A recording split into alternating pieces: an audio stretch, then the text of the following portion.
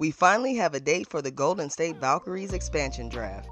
On December 6, 2024, the Valkyries will be able to select one player from each team in the expansion draft. They released some official information. In addition to being able to select one player from each team, the Golden State Valkyries will be able to select one player from the unrestricted free agency pool. Here are some of the official rules and procedures. Each team is allowed to protect 6 players. The protected players list is due 10 days before the expansion draft. Unrestricted free agents are included in this list, which basically means they're not a protected player and would go into the unrestricted free agency pool if not protected by their current team. One important hiccup in these rules: players that have been cored at least 2 years cannot be selected by the Golden State Valkyries, specifically in the unrestricted free agency pool. The player they select from this pool has to be cored by Golden State in January of 2025. So players who have already been designated as core players, the maximum number of times in their career, cannot be picked up. Specifically talking about Dawana Bauer, Tina Charles, Brittany Griner, Natasha Howard, Brianna Jones, and Nneka Ogwumike. So Seattle, Atlanta, Dallas, Connecticut, they wouldn't need to protect these players and can use that protection slot on someone else. The Valkyries can't select a player that has played 2 or more years as a cored player that is also an unrestricted free agent this offseason. Basically, these players can be left unprotected and the Valkyries can't pick them up in the expansion draft because they are unrestricted free agents who have been cored for at least 2 years. In this sense, I find Natasha Howard particularly interesting because she's basically alienated her team, the Dallas Wings, on social media, stating she will not be back and she can't be picked up by the Valkyries, so she'll be going into free agency, hopefully fielding calls from all the other teams.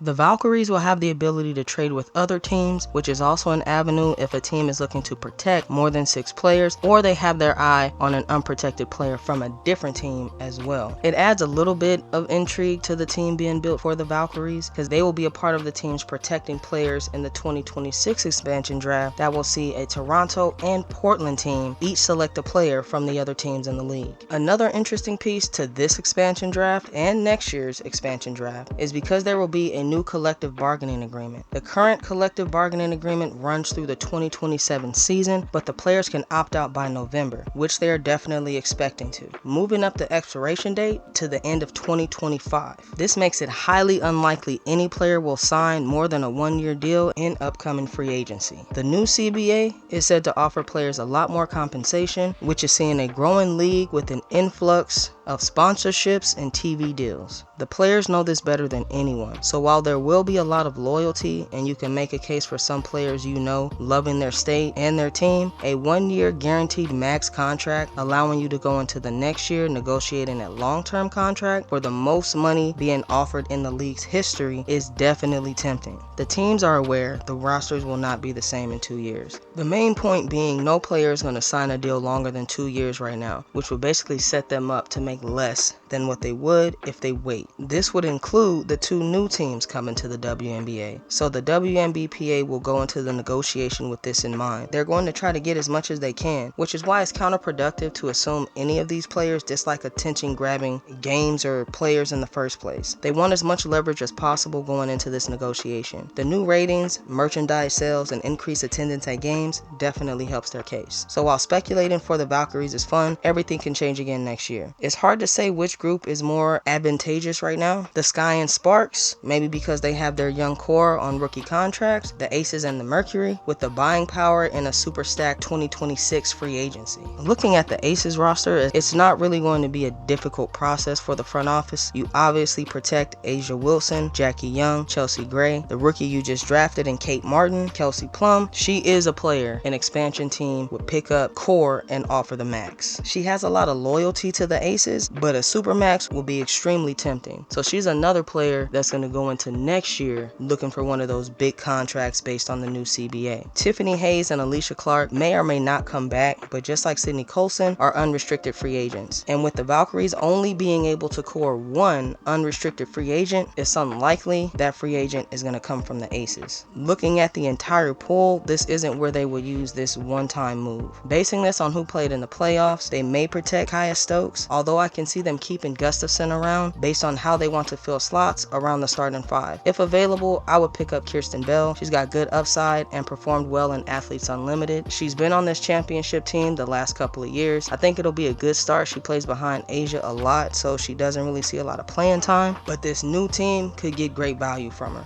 Based on what the Aces would have available, I think Bell is the best option. Looking at the roster for the Atlanta Dream, they would want to protect Jordan Canada, who they just received from the Sparks 2 years ago, Ryan Howard, their #1 pick from 2022, Alicia Gray, who has been a much needed spark for the entire team, Nia Coffey and Haley Jones have been giving them really good minutes. Amahir is their #8 pick from last year, so unless there's some development issues we don't know about, they'll want to keep her as well. If Tina Charles does decide to come back, she can't be cored, so the Valkyries can't pick her up even if they wanted to, so the Dream can save that last protection slot for Amahir. The players on the chopping block gave them decent production, but unless they make trades or arrangements, Hillman will probably be the one picked up from the Atlanta Dream. So looking at the Fever roster, it does get a little tricky. You definitely protect Caitlin Clark, Aaliyah Boston, and Lexi Hull. In order to keep Mitchell, the Fever would have to core her, and she'll qualify for the 1-year Supermax, but I can also see her negotiating for more if the money looks right. The thing with Mitchell is if she's not protected, the Valkyries can use that 1-year Supermax on her out of the unrestricted free agency pool. But with almost everyone wanting a new long-term deal under the new CBA, she may ink her deal this year and let the chips fall. The only reason to protect Nylissa Smith is as a trade chip. They'll get at least a pick and a player. She was the #2 pick in 2022. There's no need to let her walk to get nothing in return for her. So I only see her going to the Valkyries if they trade for her. That relationship was sullied for a multitude of reasons. Recently on social media, Smith expressed her frustrations and basically alluded to leaving the team. Wheeler is interesting because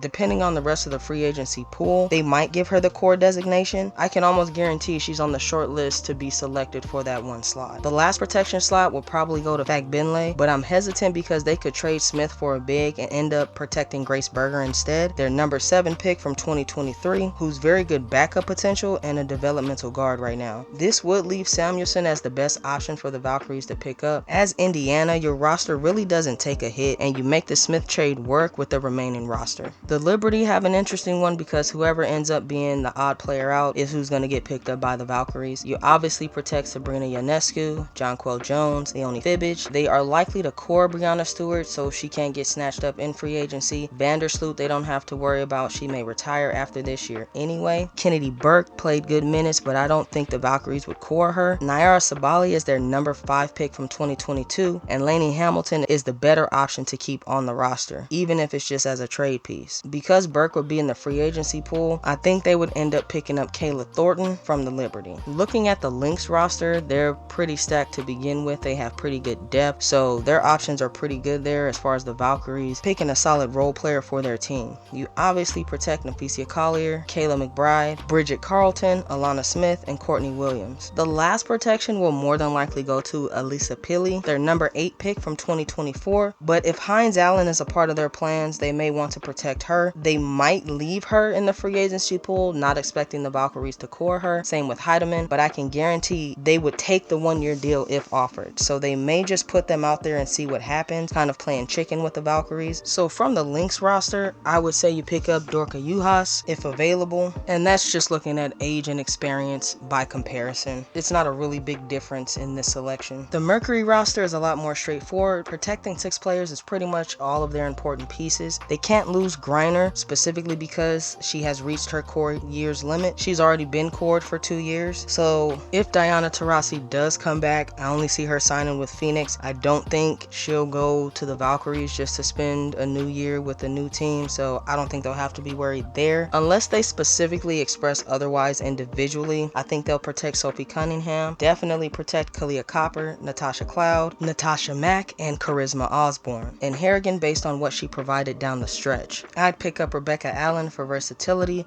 I think based on what they have available, this would be the best option. The Mercury really don't have to lose sleep over this draft. Depending on who's available, I would take Amy Atwell just to have some more guard play, but if she is not available, we would have to pick up Rebecca Allen. One of those two will be available in the draft. So the Sky are interesting because we don't have a clue as to what direction they're going in. The most interesting part of this is whatever the front office decides to do. So protecting Angel Reese and Carmilla Cardoso should be a no-brainer, and then they're likely to protect Allen Allen and Onyenwe. They will probably protect Kennedy Carter. She is a restricted free agent, so even if she stays, they may just use her as a trade piece, but she's more valuable protected. I think they protect Williams just to have another big available. They may try and negotiate keeping Evans, but I don't see it derailing their roster. They're probably going to retool regardless after firing Teresa Weatherspoon. They have DeShields, Harrison, and Turner going into unrestricted free agency. I don't see Golden State coring if Dana Evans isn't available. I see the Valks picking up Mariah Jefferson. For the Sparks, it's kind of on the nose too. They're kind of mid-rebuild and doing a pretty decent job, so they'll probably protect Derrica Hamby, Rakia Jackson, Cameron Brink, Lexi Brown, Yi Yuru, and Azara Stevens. They had a lot of hardship contracts this year, so most of these players won't be listed as the one from the Sparks, but their unrestricted free agency pool only includes Kia Nurse. I think if Ray Burrell is available, the Valks will pick her up, but if they switch and protect Burrell, leaving Yuru, the Valks will pick her up too.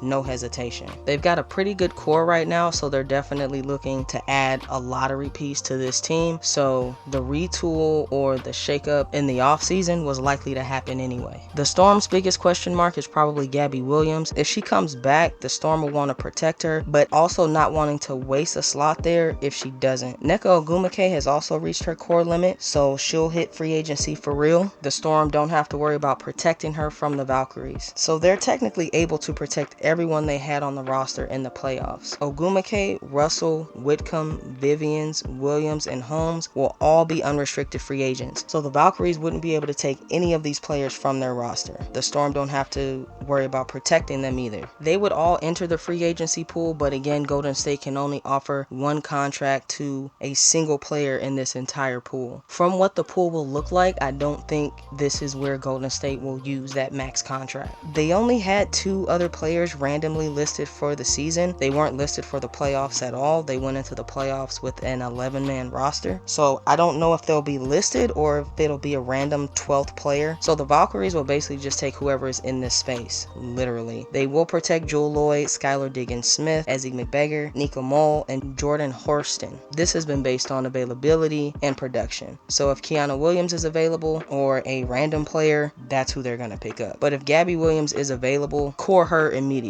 They would talk to her team first, of course, but seriously, if she's an option, core her. The Suns roster is also pretty straightforward. They probably would have retooled around their main 6 anyway. DeWanna Bonner and Brianna Jones are not available for pickup. Not being available to pick up is definitely a help. They don't have to protect either one of those players. They've both reached their core limits, so they would only need to protect Dejanay Carrington, Marina Mabrey, Ty Harris, Veronica Burton, Olivia Nelson-Ododa, and Alyssa Thomas. And they're more than likely going to core Thomas as well. I like Mitchell, but I don't think Golden State will give her the core over the other options. They're more likely to pick up Nadora Fall, mainly because of position, just needing a 5 or another big on the roster. Meaning Mitchell will probably be safe to return, just depending on the Sun. The Mystics only have Walker Kimborough going into free agency. They are likely to protect Ariel Atkins, Stephanie Dolson, Aaliyah Edwards, Brittany Sky, Shakira Austin, and Emily Inksler. This is purely based on production and playing time. Obviously, if they want to retool differently, they may protect Samuelson and Melbourne, giving up Skies and Austin. If Carly Samuelson is not available,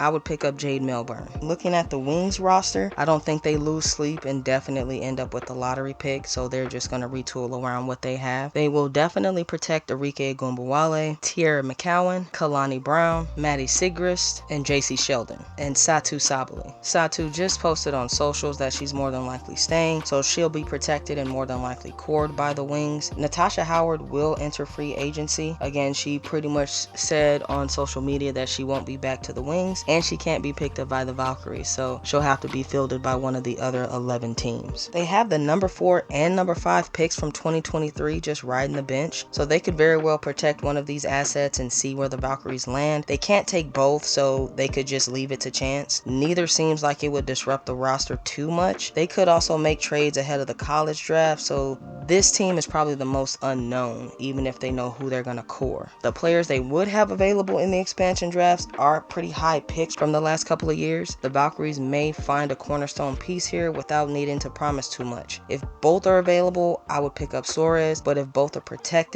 that would probably leave an obvious choice. The Wings could also give the Valkyries compensation to specifically not pick one or both of these players, so depending on what direction they're going in, I think the pickup from this team team would be pretty obvious. So just looking at their roster, I still think that leaves Stephanie Soares as the player picked up by the Valkyries. Looking at the entire unrestricted free agency pool, I don't think Gabby Williams will be available. Seattle will probably have first dibs, offering her a contract anyway. Again, Sabally did hint that she was going back to the Wings, so I don't think she'll be available for the Valkyries to pick up. And core, when you look at the pool and start to eliminate players for various reasons, either age, experience, or just the idea of building around that one particular player, you do realize somebody is about to get overpaid. In a good way, of course. I think it comes down to Hines Allen, Diamond DeShields, Heidemann, and Erica Wheeler. Obviously, looking at who's going to be protected by their team. And so with one of these players, you would have to offer them at least 1 year guaranteed at the Supermax. Again, they can always negotiate and see if they can get more years, but that 1 year Supermax is guaranteed. So with the new CBA, they're not likely to negotiate too much farther out, even if they do that. So whoever they select from this pool will probably take that 1 year and see what happens next year. Going through the teams and just seeing who they would probably leave off of the protected list, you're left with a lot of forwards. So looking at the free agency pool, I think Erica Wheeler from the Indiana Fever will get the free agency contract. She'll get cored and start anew in Golden State. That'll give her a slight guarantee over the next couple of years. The league is guaranteed to be shuffled around again next year. So the Valkyries won't really scream dominating championship the way I've built them, or the way they'll probably be built even if this isn't the group of players they're picking from. But just like previous expansions, they're not meant to be. Unless they make some insane trades, they'll be playing for a lottery pick next year, just like the Atlanta Dream and the Chicago Sky from previous expansion drafts. Looking at free agency and each team losing 2 players in 2025 will be more interesting and exciting than this year. Players will have even less loyalty, as the contracts will definitely be bigger. Personally, I want to see where somebody like Odyssey Sims ends up. She's played amazing in Athletes Unlimited, bounced around to a couple teams, recently played very well for the Sparks, but that could just be me. The growth is exciting in the league, and the next few years will definitely be worth the watch. The combinations are literally endless. Each team has their own goals and reasons for protecting certain players. They have the closest look at how these players are performing in practice and what potential they may have, and how they'll want to use them in the future, if at all. So this was just my take on the rosters and what I've seen played out over this season, especially through the playoffs. So let me know in the comments who you would have picked, or if you would have protected a different player altogether. Thanks for watching. Subscribe for more WNBA content, and have a great day.